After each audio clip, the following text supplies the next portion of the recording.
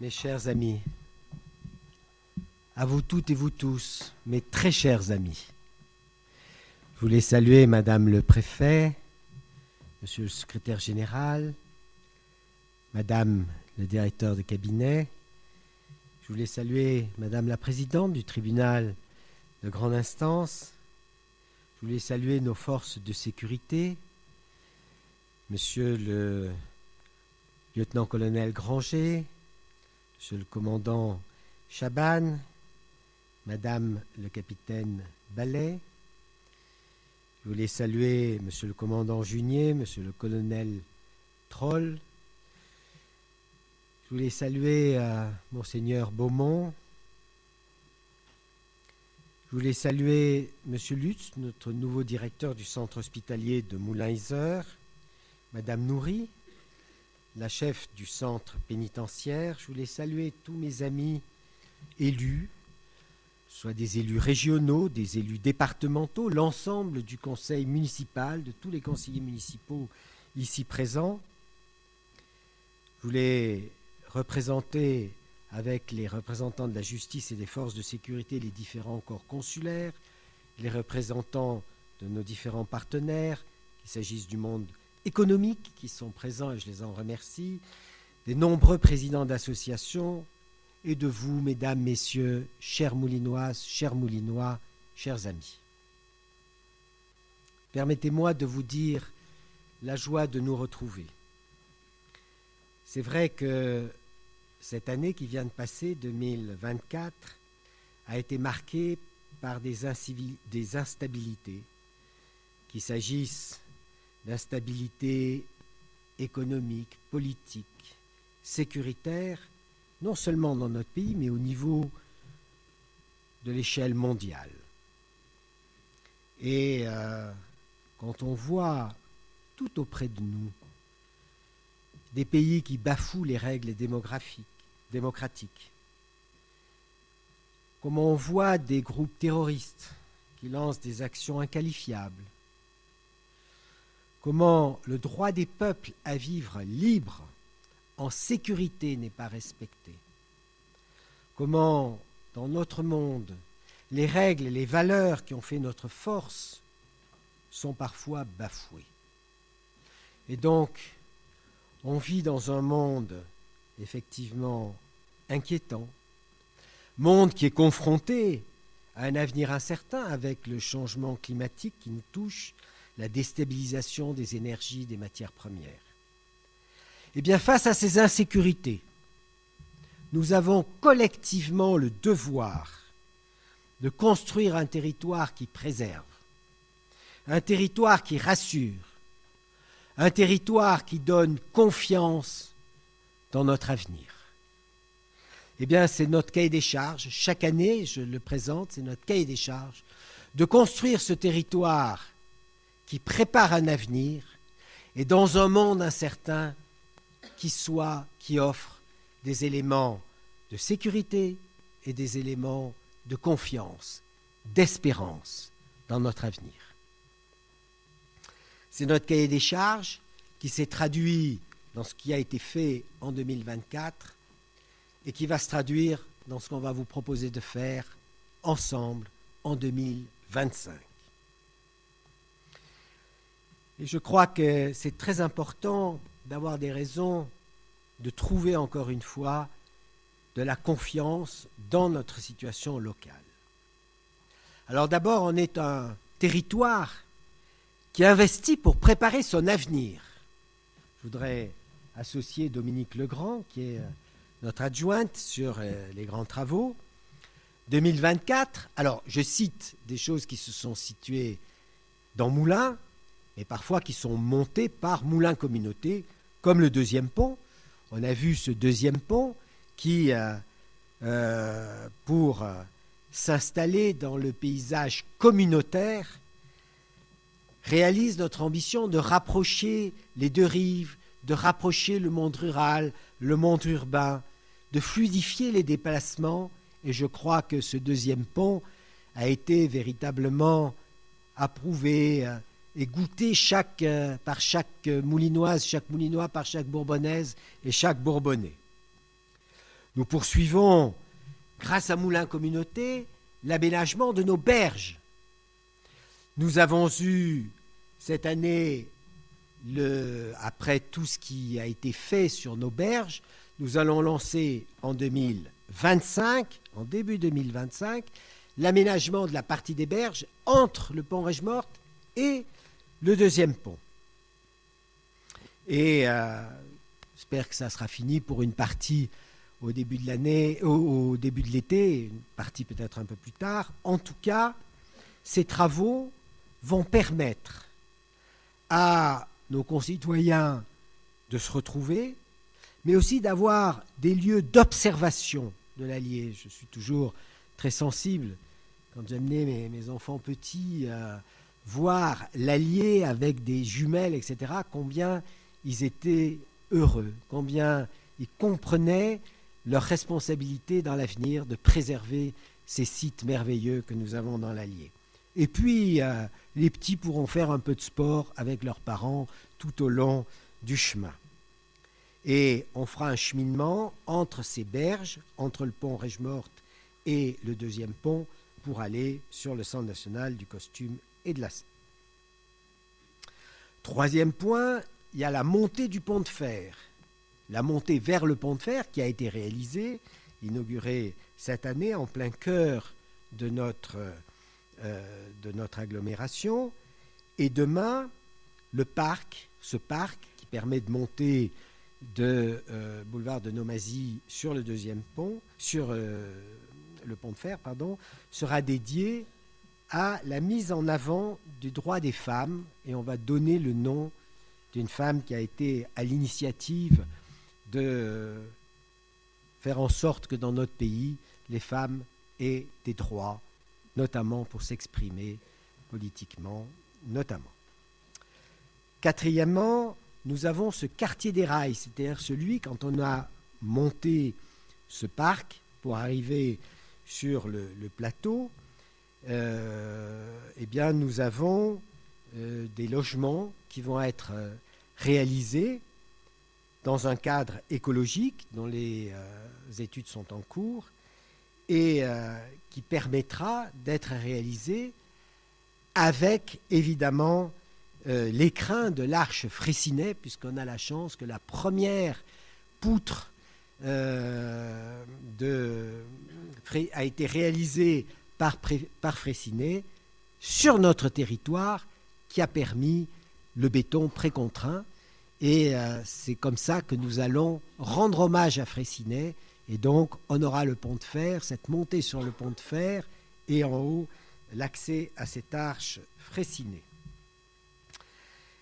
Nous avons également le chemin de fer, les voies de chemin de fer entre Moulins et Montluçon, qui ne sont plus utilisées par le chemin de fer, d'où le deuxième pont, mais de part et d'autre, vous le savez, nous avons la volonté de transformer ces anciennes voies de chemin de fer en voies vertes, vélo, piétons. Les études ont été menées en 2024, elles sont portées par la région que je remercie, et les travaux seront lancés dans la foulée. Et cette nouvelle voie va venir compléter la Via Allier qui a été inaugurée en avril 2024. Sixième projet, cette Via Allier, qui est une voie, je pense, très appréciée de toutes les Bourbonnaises et les Bourbonnais, le long de l'Allier, qui est vraiment au cœur de dans le cœur urbain de l'agglomération, entre Avermes et Bressolles, et qui demain sera poursuivie. Quelle joie de voir autant de Bourbonnaises et de Bourbonnais qui viennent en profiter, qu'ils soient cyclistes, piétons, sportifs, quel que soit leur âge. Je vais vous donner ce chiffre. En un an, il y a eu, vous êtes assis, 160 000 passages de gens qui sont venus profiter de cette Via Allier. Alors parfois c'est le même qui vient plusieurs fois, parce qu'il y a une grande fidélité à cette Via Allier. Action concrète qui est un facteur très positif et qui sera très positif sur la santé de des pratiquants, ceux qui vont justement profiter de cette Via Allier. Autre sujet, c'est le développement du vélo. Nous pouvons saluer, et vous le savez, le vélo pour pouvoir se développer, pour qu'il y ait du vélo qui soit utilisé notamment dans les domiciles travail, il fallait qu'il y ait ce deuxième pont pour qu'il y ait à la fois une voie vélo créée sur le deuxième pont et une voie vélo à deux sens sur le pont Règemorte.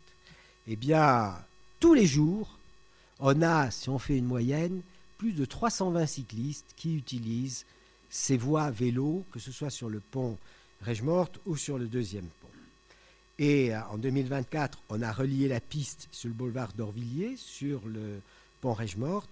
Et en janvier, nous lancerons des travaux sur les quais d'Allier pour, depuis le pont Règemorte, descendre et rejoindre par le boulevard de Nomazie d'emprunter la voie vélo jusqu'à la route de Lyon au rond-point Fondard.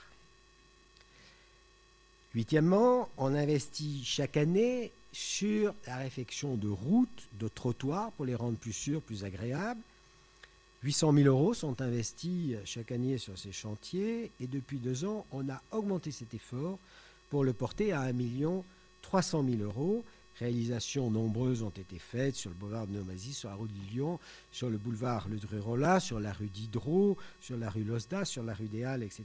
Et évidemment, de nouveaux projets seront portés en 2025. Et puis, nous poursuivons notre objectif de stratégie urbaine pour rendre notre ville plus agréable, plus attractive. On a réalisé le deuxième pont, ça a déchargé le pont Règemorte, donc l'accès au pont Règemorte et évidemment la rue Règemorte, eh bien, des études ont été menées et nous lancerons en 2025 l'aménagement de cette rue Règemorte, de la place Garibaldi au bout, qui va permettre de rendre cet accès au centre-ville de Moulins et au centre-ville de l'agglomération, mais aussi à toutes les Moulinoises et les Moulinois qui vont aller sur le deuxième pont ou sur le pont Règemorte, d'avoir un accès plus agréable et une rue plus belle à vivre et à parcourir. Et puis, en 2025, ça c'est Moulins Communauté qui va le faire, ça va être la renaturation du parvis et du parking de la gare. Nous allons planter de nouveaux arbres sur cet espace. Nous allons apporter avec ces arbres un peu plus d'ombre, un peu plus de fraîcheur en sortie de la gare. Et comme ça, on va doter notre entrée d'agglomération d'une esplanade à hauteur de nos ambitions. Premier point, c'était ces grands travaux. Deuxième grand objectif, c'est de rendre notre centre-ville, qui est centre-ville, mais aussi le centre de l'agglomération, encore plus dynamique et de faire battre le cœur de notre agglomération. Alors, on sait qu'on a face à des difficultés, qui ne sont pas d'ailleurs des difficultés locales, qui peuvent être des difficultés nationales, sur un plan national. On a des grandes entreprises qui ferment leurs enseignes localement, et encore une fois, pas à Moulins, mais qui se retirent. Ça a été le cas de Camailleux, de Santa Marina. On a un développement du e-commerce. On a un contexte d'inflation qui a ralenti la consommation. Ce n'est pas, encore une fois, une problématique moulinoise, c'est une problématique de toutes les villes moyennes. Et nous avons connu cette année des difficultés liées à ce qui a été résulté de la problématique qu'on a eue rue d'Allier et qui a conduit à mettre un butonnage parce que c'était une mesure indispensable pour protéger la rue. Alors, permettez-moi d'en dire un mot. Vous savez, on est face à un immeuble qui appartient à un propriétaire privé, à une société d'ailleurs privée. Cet immeuble connaît des désordres profonds.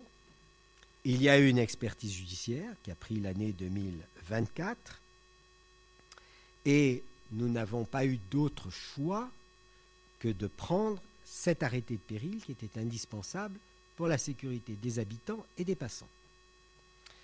Le butonnage est apparu pour l'expert comme la solution indispensable pour sécuriser le temps d'une procédure judiciaire et le temps que le propriétaire prenne la décision pour arriver à solutionner le problème de fragilité de son immeuble. Alors, notre objectif pour la municipalité, c'est évidemment de réunir les conditions le plus rapidement possible pour qu'on puisse le plus rapidement possible enlever ce butonnage.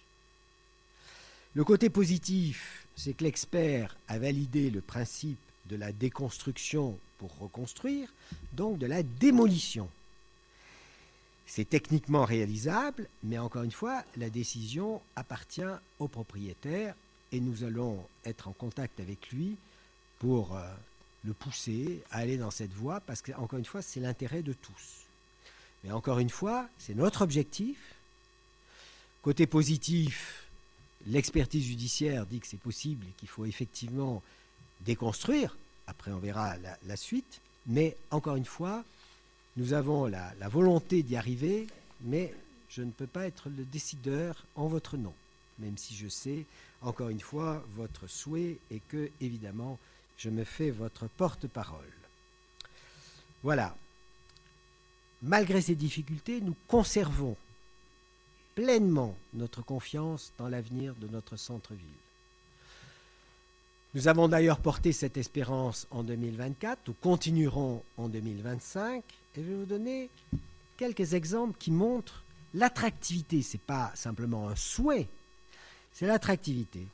En 2024, nous avons accordé un accord d'aide pour 30 dossiers qui ont été proposés concernant des commerces en centre-ville. Aide pour soit les acquérir et y faire des travaux, soit quand on y est déjà pour faire des travaux pour améliorer. Donc il y a eu sur une seule année 2024, 30 commerçants qui soit ont voulu s'installer dans le centre-ville, soit ont voulu faire des travaux pour améliorer encore l'offre de services de leur commerce. Et nous allons acquérir, la ville de Moulins, 2 locaux vacants, rue d'Allier, juste à côté ou en face, en tout cas près du butonnage, pour montrer, encore une fois, qu'on connaît les difficultés, mais qu'on croit à l'attractivité de ce centre-ville. Et cette attractivité, on peut créer les conditions de cette attractivité, mais c'est vous, toutes et tous, qui, en allant faire des courses en centre-ville, le font vivre.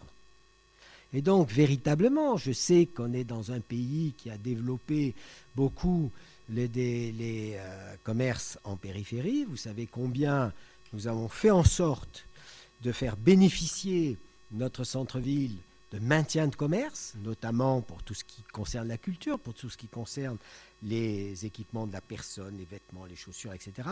Mais faites en sorte de mobiliser nos concitoyens pour faire vivre ce centre-ville.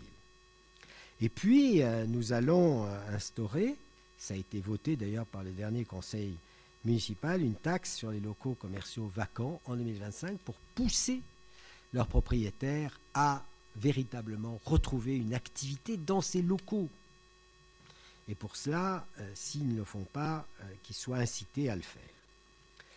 Nous porterons de nouvelles actions pour, encore une fois, rendre plus vivant ce centre-ville, une nouvelle sonorisation. Nathalie et Dominique. Mais j'ai dit Dominique et Nathalie. Je ne vous oublie pas. Afin de donner un cadre convivial avec des animations musicales, commerciales. Travaillerons évidemment pour renforcer la propreté en centre-ville. On peut le faire, mais là encore une fois, la propreté, c'est ce que fait le syndicat qui vient ramasser les études, mais c'est aussi tout ce que font les commerçants, tout ce que font les habitants pour respecter les règles et ne pas déposer des déchets indépendamment des jours. Tout le monde sait les dates où passent le matin les machines qui vont, les camions qui vont ramasser ces détritus. Et puis, un travail sera effectué avec toutes les associations d'animation commerciale qui nous ont demandé de créer un nouveau temps fort pour favoriser le commerce. Ce que nous ferons. Et je voulais simplement remercier vraiment du fond du cœur l'Académie du commerce qui se mobilise pour justement rendre actifs toutes les actions concernant le commerce.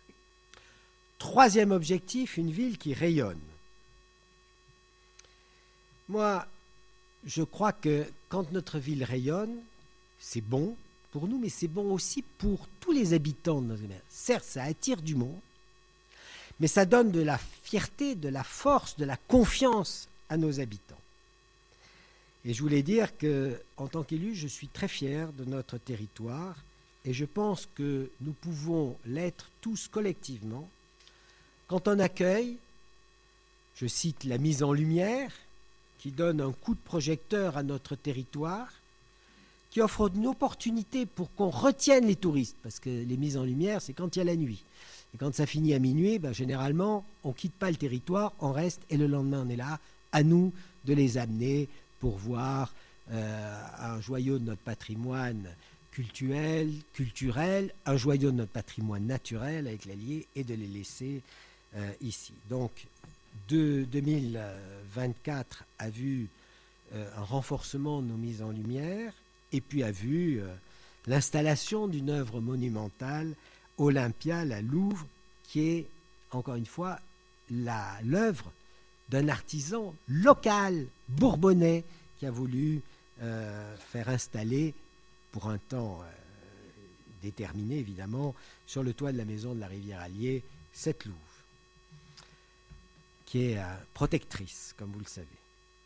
Et puis, on a fait aussi, et c'est un rayonnement considérable, l'Assemblée générale de Villes et Métiers d'Art à Moulins, en septembre 2024, ce qui a marqué l'attachement de notre territoire au label Villes et Métiers d'Art, qui met en avant les professionnels des métiers d'art dans notre ville et qu'on a traduit, j'y viendrai après, par la mise en place de cette maison des métiers d'art qui donne une chance à nos jeunes, qu'ils soient des élèves de Jean Monnet, des étudiants entrepreneurs ou des artistes qui, à 30, 40 ou 50 ans, veulent, tout en restant dans les métiers d'art, changer de production. On a eu un événement aussi exceptionnel avec la fête du dépannage, une foule immense, des camions de toute la France, le 25 avril 2024 au Parc des Expositions. Et encore une fois, je voudrais dire qu'une ville qui rayonne, c'est la fierté pour les habitants, et notamment de ce qui s'est fait, vous les voyez en sortant, dans le jumelage qu'on a avec Grand Bassam. Je rappelle qu'il a apporté des choses très concrètes, je l'avais dit l'an passé, mais je le redis, 4000 accouchements à Grand Bassam annuellement, un jumelage et une coopération avec notre centre hospitalier. Je me tourne vers vous, monsieur le directeur. Et il y avait, il y a quelques années, une quinzaine de décès par an. Dans les 2 dernières années, il y en a eu 2 et 0. Merci au centre hospitalier.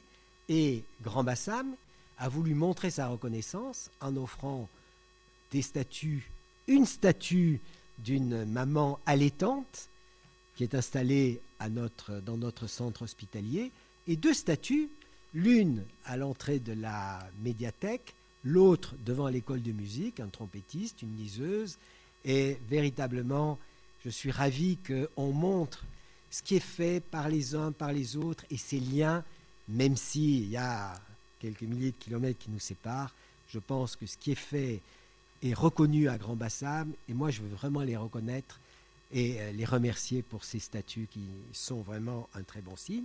Et puis il y a ce qui est fait avec Montepulciano, Bad Vilbel, et notamment des échanges de collégiens entre 2 collèges, un de Moulins, l'autre de Bad Vilbel et l'autre de Grand Bassam, pour échanger et de Montepulciano, excusez-moi, Montepulciano et Bad Vilbel pour échanger ces élèves.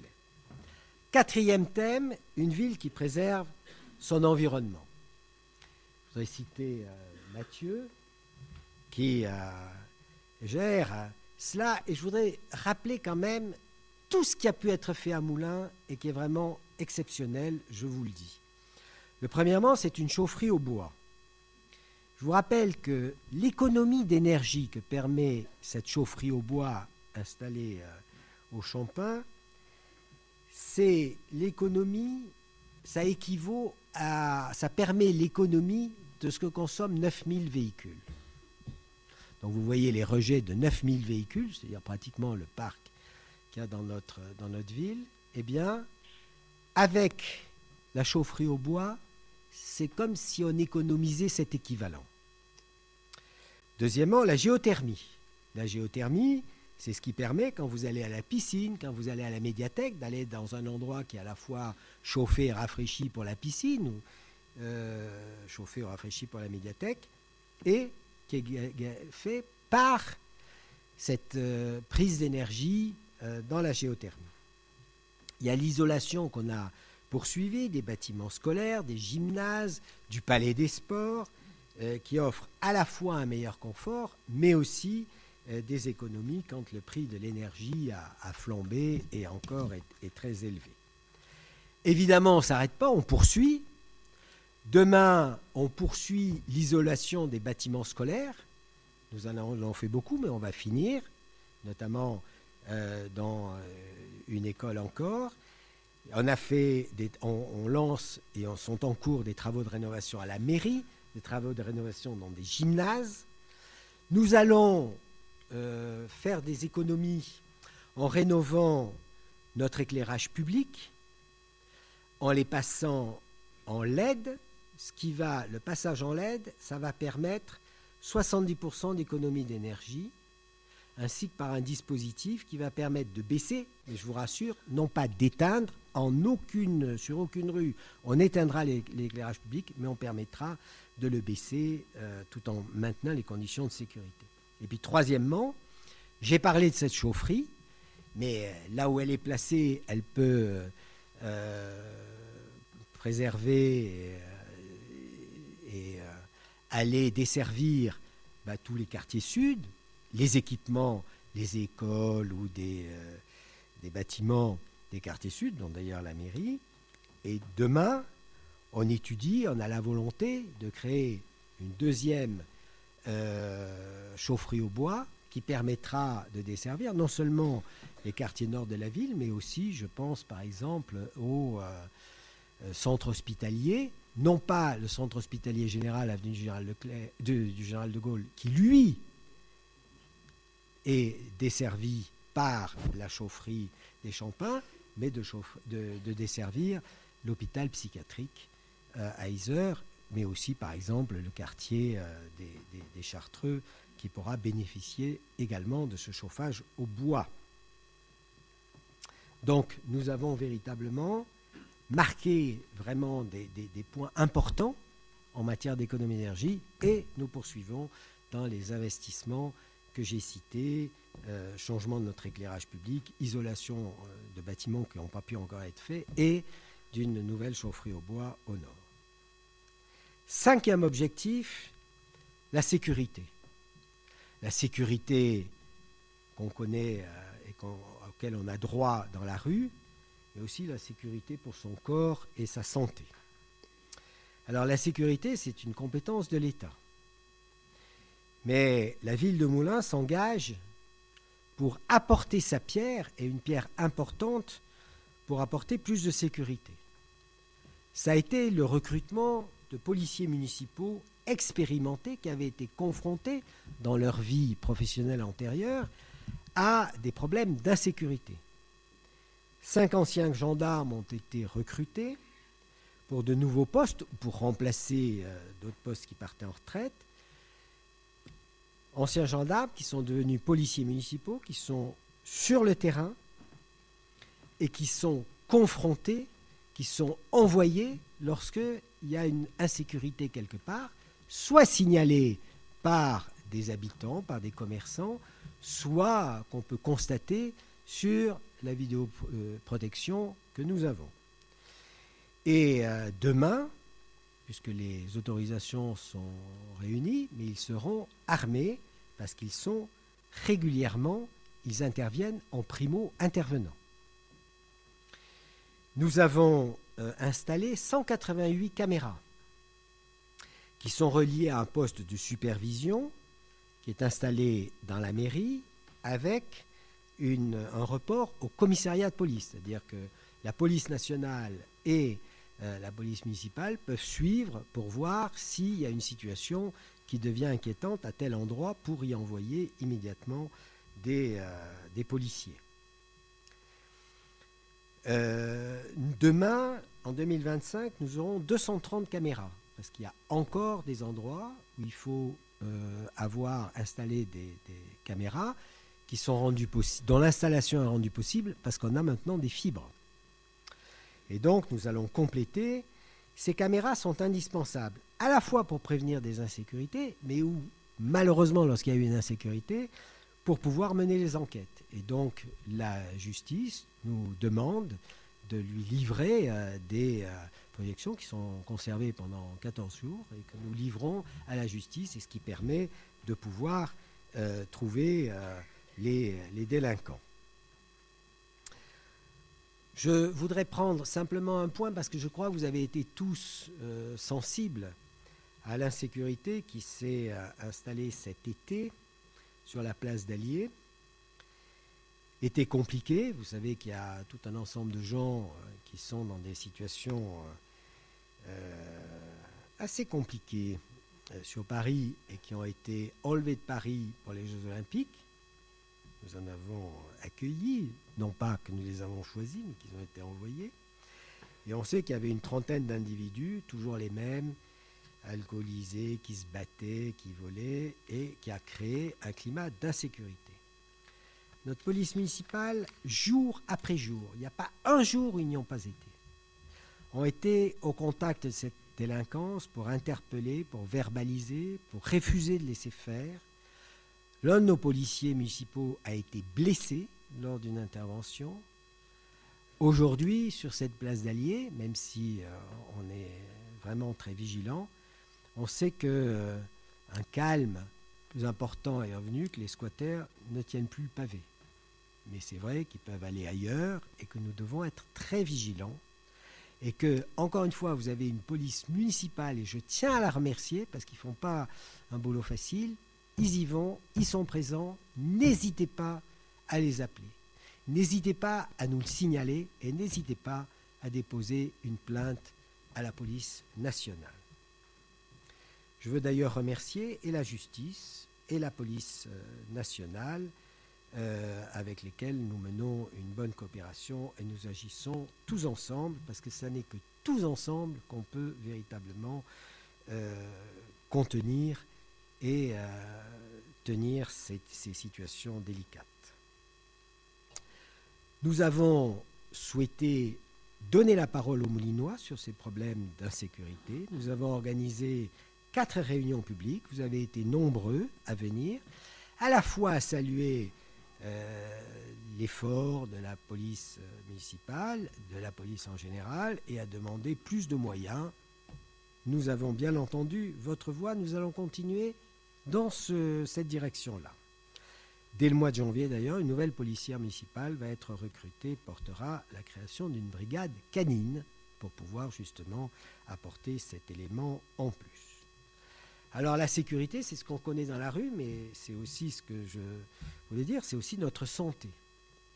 Et pour ce qui concerne notre santé, je voudrais d'abord saluer, il y a eu l'installation en 2024 de nouveaux médecins généralistes. Je sais que certains sont partis à la retraite et que c'est une action qu'on doit mener et se mobiliser tous ensemble. Alors, je voudrais parler de 2 projets très importants pour 2025, notre projet Santé-Ville-Hôpital et les projets du centre hospitalier de Moulins-Yzeure. Le projet Santé-Ville-Hôpital, c'est un projet qui est porté par Nicole Tabutin, par Julien Carpentier, et dont on verra en 2025 la mise en place de la première phase de ce projet Santé-Ville-Hôpital, avec l'ouverture en 2025 d'un centre de santé dont je rappelle qu'il sera géré par la MGEN, Si la MGN vient le gérer, c'est qu'elle y a trouvé véritablement une qualité dans ce projet. Nos objectifs sont pluriels. D'abord, c'est de proposer l'accès à des soignants pour tous les ménages, toutes les Bourbonnaises et les Bourbonnais qui n'ont pas de médecin traitant. Ce n'est pas, encore une fois, un projet moulinois, c'est un projet communautaire. Et c'est sur l'ensemble de notre territoire où il y a plusieurs milliers de Bourbonnaises et de Bourbonnais qui n'ont pas de médecin traitant. Donc là, ils auront accès à un médecin traitant sans rendez-vous. Deuxièmement, notre objectif est de travailler pour désengorger les urgences qui sont de l'autre côté de la rue et pour que des gens qui viennent aux urgences, mais dont la problématique ne relève pas des urgences, puissent avoir l'accès à des soins sans alourdir le traitement des urgences, qui est très important. Faciliter, troisième point, le lien entre de jeunes internes et des médecins expérimentés en créant un tiers-lieu. Le tiers-lieu, c'est là où des jeunes et des médecins expérimentés peuvent se retrouver, parler, refaire le monde.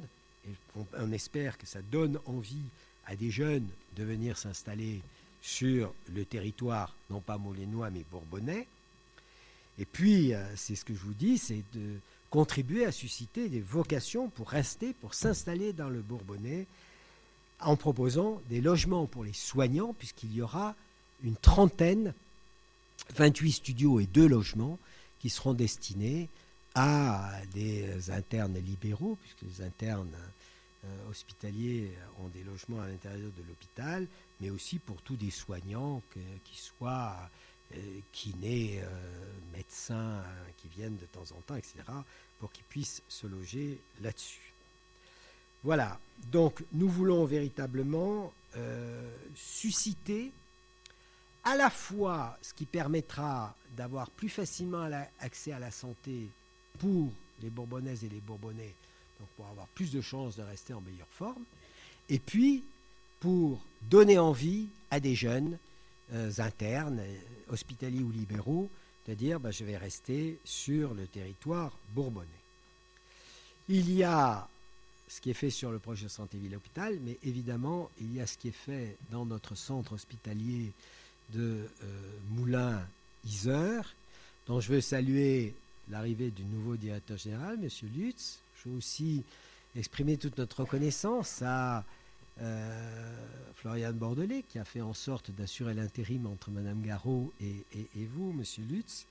Et je me réjouis vraiment des grands projets que vous avez, dont le premier commencera en 2025 avec la rénovation de tout ce qu'il y a sur le coin avenue du Général de Gaulle et cours de Bercy, qui est tout le secteur urgence et ce qu'il y a derrière, l'accès aux urgences, meilleure organisation des urgences et des post-urgences, qui fera un quartier important, qui a commencé d'ailleurs dans la destruction de la colonne et de tout ce qui était la chaufferie, voilà, qui a été détruite. Et les travaux de reconstruction et de réaménagement de tout ce pôle urgence et de tout ce qui est à côté commencera cette année. Et puis il y aura plus tard le centre hospitalier psychiatrique, qui n'est pas du tout oublié, qui fera lui aussi l'objet sur la partie pédopsychiatrie et sur la partie psychiatrie de deux pôles qui feront l'objet de travaux importants, qui commenceront d'ailleurs par tout ce qui est des réseaux. Et donc vous voyez, la santé, on investit dessus, qu'il s'agisse de la communauté d'agglomération, qu'il s'agisse de notre centre hospitalier, pour faire en sorte de créer les bonnes conditions pour une santé de nos concitoyens bourbonnaises et bourbonnais.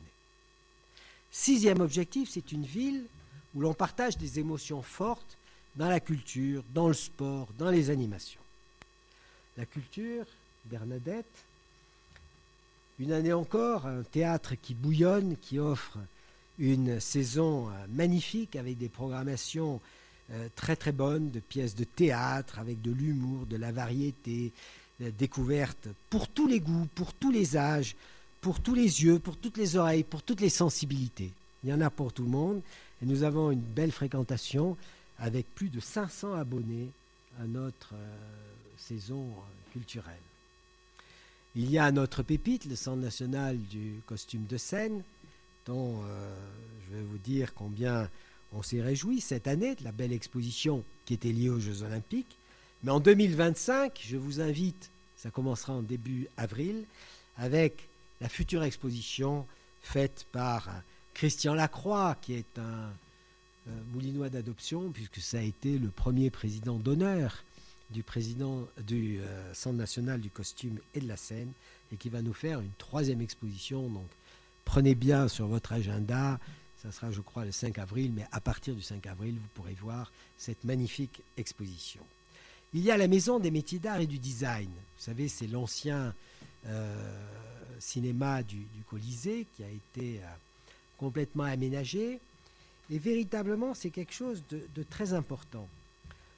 On y accueille des artisans qui sont déjà soit installés, mais on a 2 artisans qui ont autour de 30 ans, on a des artisans de 40 ans, on a des artisans de 50 ans, qui travaillent dans le secteur de la mode, qui travaillent dans le secteur des jouets qui peuvent être en tissu et se transformer, qui sont vraiment une très très belle chose pour les petits-enfants et leur accès au monde, puisqu'ils peuvent faire comme ça des jouets, puis des outils. Enfin bref, c'est vraiment très très original.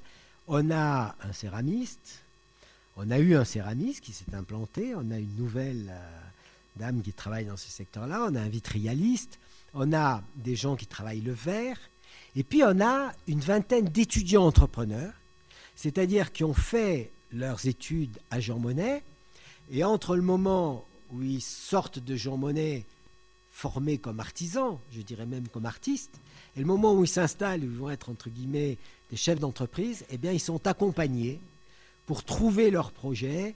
Et dans cette salle, je parlais tout à l'heure d'un tiers-lieu, ben là aussi il y a une sorte de tiers-lieu, puisque vous avez des ateliers, mais vous avez une salle où on se retrouve la nuit, le jour, etc., où on se parle, où on s'échange, où on conçoit son projet. Et il y a eu 8 expositions en 2024 qui se sont déroulées avec des produits faits par des artisans d'art, soit ceux qui travaillent dans cette maison des métiers d'art et du design, soit des gens qui viennent, qui ne sont pas là, mais qui viennent justement exposer, vendre. Et on a fait un hommage à Pierre Sabatier, qui est c'est un artisan d'art, je pense que c'est un artiste qui a été et qui était de Rouerre, donc qui est vraiment bourbonnais, où on a fait, vous avez d'ailleurs dans la Maison des métiers d'art son œuvre qui était à Paris et qui est revenue à Moulins. Donc véritablement c'est une très très belle réussite, il faut évidemment l'accompagner, et la salle d'exposition que j'ai évoquée, c'est une salle d'exposition vente.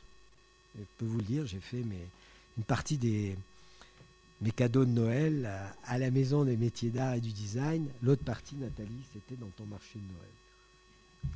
Voilà. Et puis, on a sur le plan culturel nos patrimoines historiques, naturels, qui attirent toujours plus de visiteurs.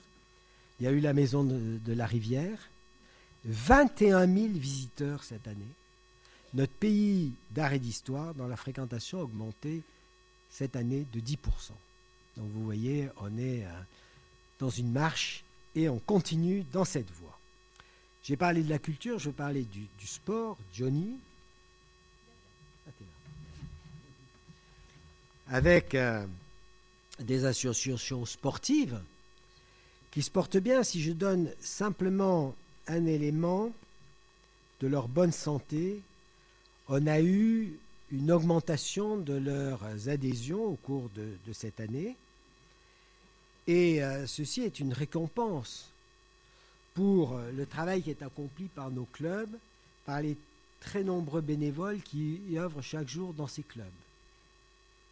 Alors après, il y a les clubs phares, il y a le MIF masculin, le MIF féminin, il y a le rugby, le Feu Semeux, il y a vraiment des clubs qui sont très attractifs. c'est combien? C'est il y a 10 jours, on était au water-polo, qui faisait un championnat exceptionnel. Bref, on a véritablement dans tous les secteurs des clubs qui vraiment se déplacent. Et notre devoir, c'est de les accompagner. Nous avons vu en 2024 la fin de travaux sur toute l'esplanade des sports d'Hector Roland.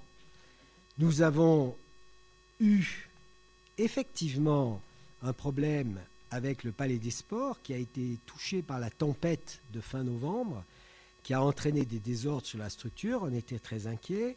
Il y a une sécurisation qui a été très vite effectuée et qui a permis de réouvrir, alors certes partiellement, pour l'instant ce qui est réouvert, c'est une grande partie de ce qui était au sous-sol, et nous avons encore ce qui est au rez-de-chaussée qui a été abîmé, ou plus exactement ce qui est au-dessus. Il faut qu'on revoie toute une poutre qui a été déplacée par la tempête. On s'y emploie. Et encore une fois, c'est notre devoir de faire en sorte que tout le terrain pour les sports au sens général soit bien en forme. Et puis, nous avons eu des installations, des travaux qui ont été faits, que ce soit sur tout ce qui est justement entre, à côté du Palais des Sports Hector Roland, de la piscine, que ce soit, on a aujourd'hui des installations de qualité pour le rugby, pour les terrains de sport, pour le tennis, pour la natation, pour le roller. Voilà. Et donc, on continue dans cette voie, mais on apporte vraiment une offre sportive qui, je crois, est de bonne qualité sur notre territoire. Il y a la culture, le sport, les animations, chère Nathalie, où on a connu en 2024 des événements forts, comme chaque année, le carnaval, le championnat de France de tir, et puis plein d'animations, un concert disco, une grande roue sur, elle doit être sûre que je n'oublie pas, mais je ne peux pas l'oublier, sur la place d'Allier, et les services de la ville qui ont pris part à l'organisation sur cette année 2024 de 283 manifestations qu'on ait agi en tant qu'organisateur ou en tant que partenaire. Alors, en 2025, des événements qui vont se passer, auxquels je pense vous tenez à être présents. La foire de Moulins, 31 janvier, 9 février, cher Philippe. Nous avons l'élection de Miss Moulins. Alors, je vois plein de dames ici qui veulent être candidates. Alors, les candidates, ça a été fermé, les candidatures. Mais l'élection se passera le 1er février. Il y a le repas des seniors. Notez-le bien, dimanche 2 mars. Il y a le Festi-BD, 14-16 mars. Je regarde pour ne pas me tromper. Le Salon du patrimoine, 8-9 mars. Le Carnaval, dimanche 6 avril. Les shoppings de printemps, 11 et 12 avril. Plein d'autres, je n'ai pas les dates, la Bourbonnaise pour elle, la Nuit des artistes, la fête de la musique, ça vous le savez, c'est le 21 juin. La fête des berges, 28-29 juin. Les kermesses des écoles, ça c'est tout au long du mois de juin. Il y aura un nouveau spectacle, Murmure de la Cité, en principe 11, 12 et 13 juillet. Une fête foraine, du 11 au 20 juillet. Il y aura évidemment, après le 14 juillet, les concerts d'été, avec un premier week-end d'août. La braderie en septembre, le forum des associations, 13-14 septembre, l'hippodrome, le Grand Prix, les fêtes du Verger en septembre, Vincennes-Bourbonnais le dimanche 22 septembre, les journées du patrimoine, le salon des familles en octobre, Biennale des illustrateurs, le marché de Noël du 13 au 24 décembre. Vous voyez, on a un programme bien rempli. 7e grand objectif, c'est une ville et un territoire qui inspire confiance et qui attire des emplois. Philippe Boismenu et toute l'équipe de Moulins Communauté, parce que c'est une compétence de Moulins Communauté, mais évidemment, ça impacte, ça a des effets sur tout le territoire. Donc, je voudrais simplement citer 3 choses. D'abord, le Logipark. Logipark, on va avoir l'arrivée de vente unique en 2025. Les travaux sont lancés. C'est 250 emplois qui vont s'offrir sur notre territoire. 250 emplois à la fois pour monter des meubles et puis pour la logistique de ces meubles. Et on a, je tiens à le dire, je cite que 3 exemples d'entreprises qui ont choisi de venir sur Logipark, qui n'étaient pas du tout ni de notre territoire et la plupart qui n'étaient même pas implantées dans notre région. Et elles ont choisi Moulins, ou plus exactement Logipark, pour venir s'implanter. C'est le cas de Loginov, qui s'est implanté il y a 2 ans, qui est la première entreprise qui s'est installée. C'est le cas de Nexter, qui est une entreprise qui va envoyer dans toutes les bases militaires françaises pas des armes, mais tout ce qui est nécessaire au fonctionnement de nos forces militaires lorsqu'elles sont déployées à l'étranger.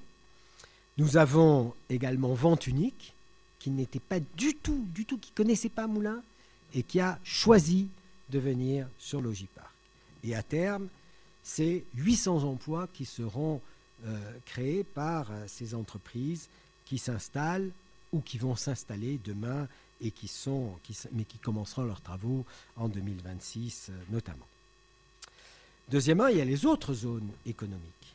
C'est l'ensemble des zones économiques dont la compétence a été reprise de par la loi par Moulins Communauté. C'est les petits Vernats à Averne, qui pratiquement sera pleine. C'est une partie à Yzeure. C'est le bout du monde à Bessay, où on vend le dernier terrain. De nombreuses entreprises locales affichent de grands succès et créent des emplois sur notre territoire. Alors, encore une fois, il y a une conjoncture internationale et nationale, mais encore une fois, les entreprises qui ont choisi de venir sur Moulins, ça se passe bien. Et puis, troisième point que je voulais évoquer, c'est l'aérodrome, où l'agglomération, avec la Chambre de commerce et d'industrie, veut conforter les services existants. On veut pérenniser et développer cet aérodrome qui est un élément important pour non pas seulement pour le sport, les loisirs, etc., mais qui est aussi très important pour le développement économique et l'image économique de notre territoire. Et le travail a commencé par la signature d'une convention entre Moulins Communauté et la Chambre de commerce. 8e objectif, c'est une ville qui prépare l'avenir en misant sur les jeunes et sur leur formation. Je voudrais me tourner pour l'enseignement primaire vers Jean-Michel Moreau. Nous avons plus de 1300 élèves dans l'enseignement primaire qui sont répartis dans les 10 écoles que compte la ville. En 2024, on a terminé le projet d'une école maternelle, c'était sur les gâteaux. Et 2025 va voir se concrétiser la rénovation de l'école élémentaire des gâteaux, après des réalisations qui, je pense, j'étais encore récemment dans l'école Léonard de Vinci, qui ouvrait une bibliothèque dans la cour de l'école, et vraiment, c'est la plus grande école en termes de fréquentation sur l'Allier, et c'est vraiment une très très belle réalisation. C'est pas moi qui le dis, c'est les enseignants eux-mêmes, c'est les parents, où cette école, qui est vraiment très importante quantitativement, mais qui est aussi au cœur des quartiers du Sud, a été vraiment, je pense, très bien restaurée. Alors, on veut terminer le plan de sécurisation des entrées des écoles en mettant des visiophones. C'est une demande des enseignants, des directeurs d'école. Nous allons maintenir nos activités dans les temps périscolaires.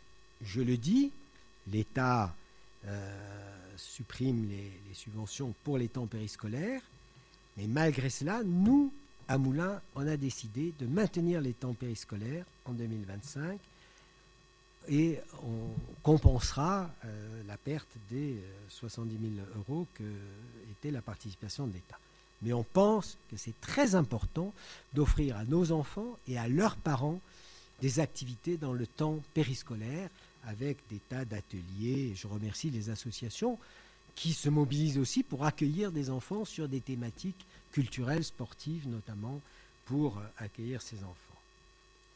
Et puis, je voudrais aussi évoquer pour les enfants l'école de loisirs des Mounines, qui a été rénovée en 2022 et qui voit ses objectifs régulièrement augmenter, et notamment encore en 2024, où il y a plus d'enfants qui fréquentent l'accueil de loisirs des Mounines. Et puis nous avons la coopération avec Yzeure, entre nos deux communes, pour avoir une offre de restauration scolaire de grande qualité. Alors Yzeure avait une restauration, une cuisine centrale, et vous nous avez ouvert les portes, et aujourd'hui c'est une cuisine pour assurer la restauration scolaire des écoliers d'Yzeure et aussi des écoliers de Moulins. Et je veux vraiment le remercier parce qu'on a aujourd'hui pour Moulins à peu près 275 repas par jour, mais surtout ce qui me fait beaucoup plaisir, c'est que la qualité des produits est vraiment reconnue. Ce sont des produits locaux, ce sont des produits bio, ça fonctionne bien, et donc c'est un très bon service que nous offrons à nos enfants. Il y a aussi l'enseignement supérieur, Philippe, où on a une action, c'est pour nous une priorité majeure. Je rappelle parce que je ne suis pas sûr du tout qu'on en soit tous conscients. Il y a 32 formations post-bac sur, encore une fois, le territoire communautaire. Il y en a sur Moulins, il y a d'ailleurs des actions aussi post-bac à Jean-Monnet, il y a des actions évidemment à Neuvy au lycée agricole, et c'est des domaines très aussi divers que la santé avec notre école d'infirmières, l'agriculture, le numérique, le commerce. Il y a véritablement 32 formations dans des secteurs très différents qui rassemble près de 1500 étudiants sur le secteur, sur le territoire communautaire. Alors, évidemment, nous renforçons notre engagement dans ce domaine pour garantir l'avenir de nos formations universitaires, et notamment sur le site de l'université Clermont-Auvergne, plus exactement du département qui est installé à Moulins, l'université Clermont-Auvergne. C'est-à-dire à la fois les formations liées aux formations de maîtres, ce qu'on appelait de mon temps d'instituteurs, et le département d'IUT sur le commerce, le numérique. Et le 11 décembre, les élus de Moulins Communauté ont unanimement validé le principe d'engagement de Moulins Communauté pour maintenir, pour développer, en lien avec l'université de Clermont-Auvergne et en lien avec le département, la présence universitaire de l'université Clermont-Auvergne sur notre territoire avec les formations qui y sont dispensées.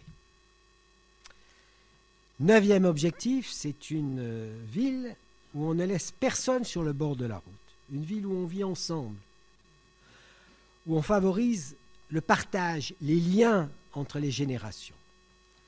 Alors, ce qui a été fait d'abord, c'est pour les jeunes. Je le redis, on continue et on a été parmi les premières villes à le faire. Je le rappelle, c'est le Moulin Permis Jeunes. Cette année encore, plus de 30 jeunes ont bénéficié de cette aide au permis. La moitié du coût du permis est pris en charge par la ville. Et ces jeunes donnent, entre guillemets, 60 heures de leur temps.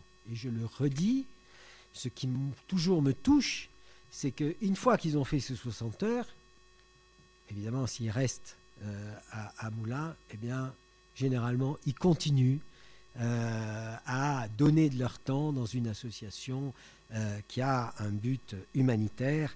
Et donc, à la fois, on les aide pour qu'ils aient leur permis, ce qui est important pour trouver leur emploi plus tard, et à la fois pour sentir qu'en donnant un peu de soi-même à des gens qui en ont besoin, eh bien, on se grandit. Deuxième point que je veux dire pour les jeunes, c'est l'espace jeune qui a été créé rue de la Flèche, Johnny, et qui, après son inauguration il y a moins d'un an, en avril 2024, a reçu la labellisation Service Information Jeunesse, labellisation qui est donnée par l'État. Et vraiment, je me réjouis quand j'y vais et que je vois tous les jeunes qui y sont, je me dis que c'est vraiment une belle réussite. J'y reviendrai après en vous donnant 2 éléments. Et on a eu plus de 1500 demandes qui ont été traitées dans ce centre, cet espace jeune, en 2024. Demandes qui ont été faites par nos jeunes, mais qui sont très importantes et qui demandent, que ce soit sur le plan alimentaire, soit sur le plan de recherche de travail, soit sur le plan de recherche d'hébergement, soit des demandes faites, 1500 demandes dans une année, c'est pas rien. Et deuxièmement, ça leur permet de se retrouver et de trouver des choses à faire ensemble. Et vraiment, je pense que c'est vraiment très important.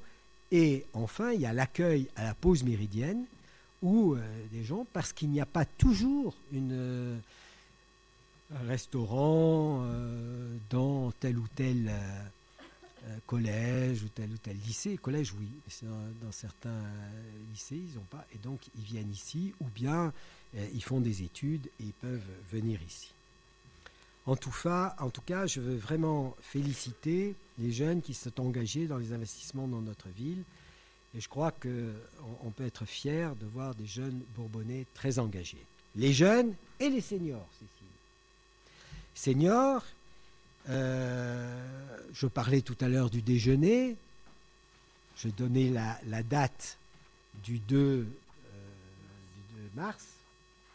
Et 2024, il y a eu plus de 800 personnes, 800 seniors qui sont venus à ce déjeuner. Et le thème, puis il y a toujours un thème, 2024, le déjeuner sera sous le thème de déjeuner de la liberté en lien avec les 80 ans de la libération, 80 ans de la libération, sur lesquels beaucoup de jeunes des écoles se sont engagés, et là aussi où il y a des seniors qui nous ont accompagnés. Et on va évidemment continuer ce qui est fait pour les seniors. 27 ateliers leur sont proposés. Plus de 330 participants ont été bénéficiaires de ces ateliers par le CCAS. Et on va poursuivre les actions autour de l'intergénérationnel avec le foyer du Bon Pasteur. Je vous rappelle qu'il y a une trentaine de studios pour des seniors et qu'il y a une trentaine de studios pour des jeunes actifs ou des jeunes étudiants. Il y a une seule entrée, une seule boîte aux lettres et une seule salle de réunion où on se retrouve quand on a 20 ans et qu'on fait des études ou quand on en a 70 ans et qu'on est un grand senior. Et donc, il y a des projets qui naissent de ces rapprochements entre des seniors et des jeunes. Et quand on voit les sourires et les partages dans les cantines, vraiment, ça fait du bien. Et puis, il y a les personnes en difficulté. Avec le CCAS, on ne veut laisser personne sur le bord de la route. On a élaboré un nouveau mode de calcul des attributions des aides, l'intégration de nouveaux publics, les étudiants, les parents en reprise d'emploi qui peuvent maintenant accéder à nos aides, et le souci de ne laisser personne de façon isolée. On est dans un monde qui isole beaucoup plus que dans des générations antérieures, et il faut accompagner pour permettre à des gens qui sont trop seuls de pouvoir avoir des contacts. Enfin, 10e objectif, tous les ans, je vous le dis, c'est une ville qui, depuis 1995, n'a jamais augmenté ses taux d'imposition. On nous disait, mais ça ne sera pas possible, ne tiendrait pas, vous le dites. Non. Et je peux vous dire que dans les villes de notre strate, entre 10 000 et 50 000, vous aurez du mal à trouver un autre exemple. Moulins n'a jamais augmenté ses taux d'imposition. Et on le fait avec un investissement par habitant qui est largement au-dessus de la moyenne de nos strates. Nous allons, sur ce mandat, avoir investi 30 millions d'investissements nouveaux. C'est ce que j'ai évoqué, ça va du deuxième pont, ce que j'ai évoqué aussi sur les berges, sur la maison. Bref, ça, ce sont des investissements de moulins communautés. Mais ce que fait la ville, c'est d'avoir investi 30 millions sur ce mandat. Et deuxièmement, nous avons, pour notre collectivité, malgré ces investissements importants et malgré la non-augmentation des taux, nous avons des ratios de bonne qualité qui mesurent notre gestion. Alors, mes amis, je vous remercie de m'avoir écouté. C'est un peu long, mais c'est parce qu'on fait beaucoup de choses. Et puis parce qu'on va partager un verre de l'amitié. Mais on le mérite. Je voulais simplement conclure par ces quelques mots. On vit, c'est vrai, dans un monde inquiétant, imprévisible, qui ne donne pas un sentiment de sécurité. Et encore une fois, ce n'est pas notre pays seulement, c'est véritablement le monde autour de nous qui est aujourd'hui dans une période qui n'est pas une période très sécure. Face à un avenir incertain, que ce soit sur des pertes de sécurité, de paix, des insécurités sur le changement climatique. Nous avons mené depuis 1995 une politique qui est basée sur des priorités qui sont censées, dans ce monde qui bouge, dans ce monde incertain, de donner confiance à nos Moulinoises et nos Moulinois. Assurer un avenir porteur dans notre ville en réalisant des projets structurants. Et encore une fois, je remercie Moulins Communauté. Ce sont des équipements, évidemment le pont, ça touche toutes les communes, mais il se situe sur l'Allier et donc sur le territoire communautaire. Les berges de l'Allier, la vitalité et la vitalisation du centre-ville, Logipark, tout ça, ce sont des choses structurantes qui réunissent de bonnes conditions pour notre avenir. Deuxièmement, on a pu réaliser des équipements exceptionnels ou monter des événements exceptionnels. C'est le Centre national du costume et de la scène, c'est l'aménagement de l'Allier, ça a été le Tour de France, etc. Troisièmement, c'est d'anticiper. J'évoquais tout à l'heure la chaufferie au bois. Lorsqu'on a voulu monter cette chaufferie au bois, lorsqu'on a voulu chercher l'énergie dans la géothermie, on n'était pas avec un niveau de crise comme on est sensibilisé aujourd'hui avec l'explosion des prix de l'énergie. On l'a fait en anticipant.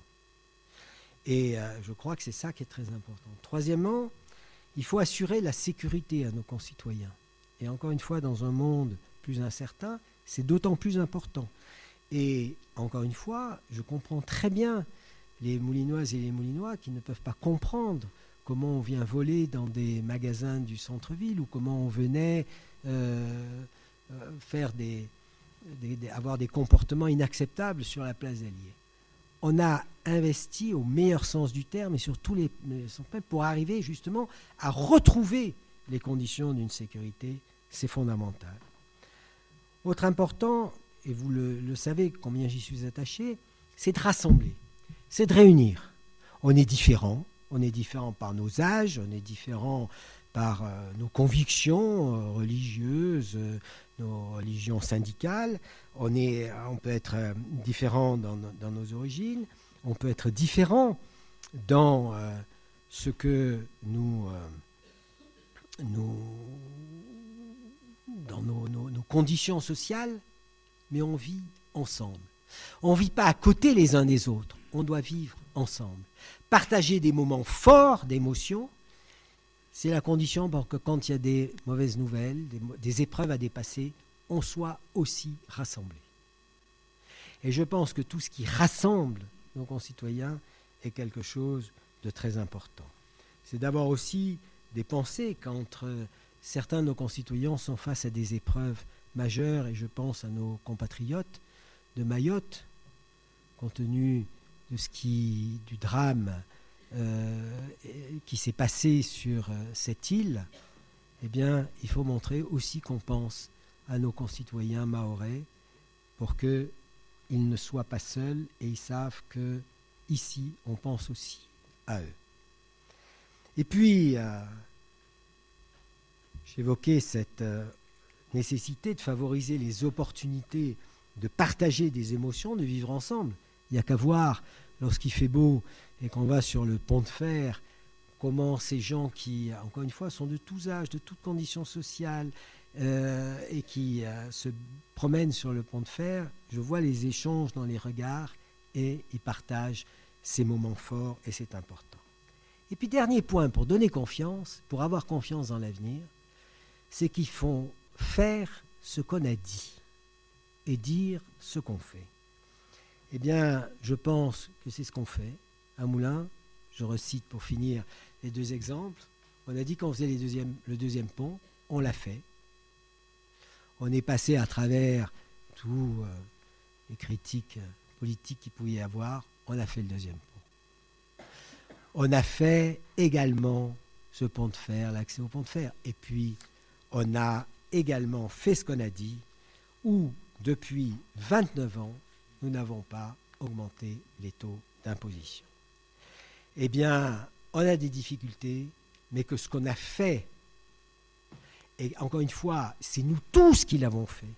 C'est l'ensemble des Moulinoises et des Moulinois, des Bourbonnaises et des Bourbonnais qui l'ont fait. Eh bien, ça nous donne confiance pour construire notre avenir et pour sentir qu'on a la force de dépasser des épreuves. Alors, soyons confiants dans l'avenir et du fond de mon cœur, j'adresse à toutes les Bourbonnaises et les Bourbonnais, j'adresse à chacune et chacun d'entre vous tous mes vœux les meilleurs, pour vous, pour ceux que vous aimez, pour vos proches, pour notre territoire partagé. Très bonne année 2025, à vous toutes et vous tous, du fond du cœur, toute mon amitié. Merci.